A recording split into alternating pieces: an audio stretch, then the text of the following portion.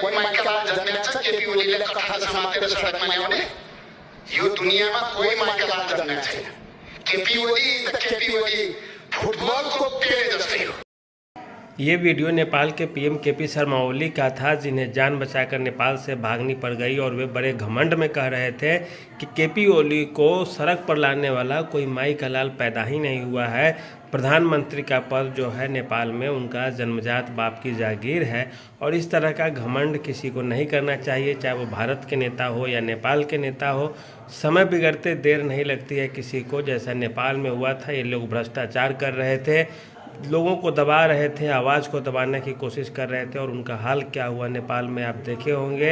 जेन Z में जो apps को बैन करने की मांग थी वो तो एक तरह से दिखावा था। ऐप्स बंद हो गया तो प्रदर्शन खत्म होने चाहिए थे, लेकिन नहीं, नेपाल को उखाड़ कर फेंक दिया है विद्रोह ने। और इसके जो सबसे बड़े दोषी है वो केपी शर्मा ओली है। उनकी राज में भ्रष्टाचार चरम पे था, कोई किसी का सुन नहीं रहा था। कोर्ट कचहरी सारे में घुसखोरी चल रही थी जैसे कई देशों में चलती है, और सरकार वहाँ की नहीं जगी तो देश का क्या हाल हुआ वो देख सकते हैं। इसीलिए वर्तमान में भी दुनिया का कोई भी देश हो, अगर इस तरह का माहौल है तो निश्चित रूप से उसे बर्बाद होना ही है उस देश को, और हर देश को उससे सीख लेनी चाहिए, चाहे भारत हो, बांग्लादेश हो, नेपाल हो, पाकिस्तान हो।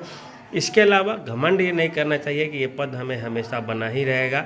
ये किसी का भी हो सकता है, किसी को भी मिल सकता है। और नेपाल में आप देखे ही हैं किस तरह से भ्रष्टाचार ने, लाल फीताशाही ने, घूसखोरी ने, पैसा लेकर ठेकेदारी की व्यवस्था, अपने जो सगे संबंधी है उनको बड़ा पद देना, किस तरह से नेपाल को डुबोया है और एक नया राजनीतिक व्यवस्था नेपाल में लाया।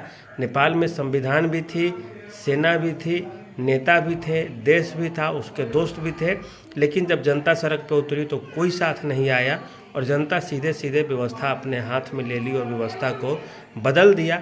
इससे समस्त लोकतांत्रिक देशों को देखनी चाहिए, लोगों पर लाठीचार्ज करने से बचनी चाहिए, लोगों की जो आवाज़ उठ रही है उसे समझनी चाहिए, लूट खसोट भ्रष्टाचार को ख़त्म करना चाहिए। अन्यथा कोई भी देश हो, नेपाल बनने में उसे समय नहीं लगेगा।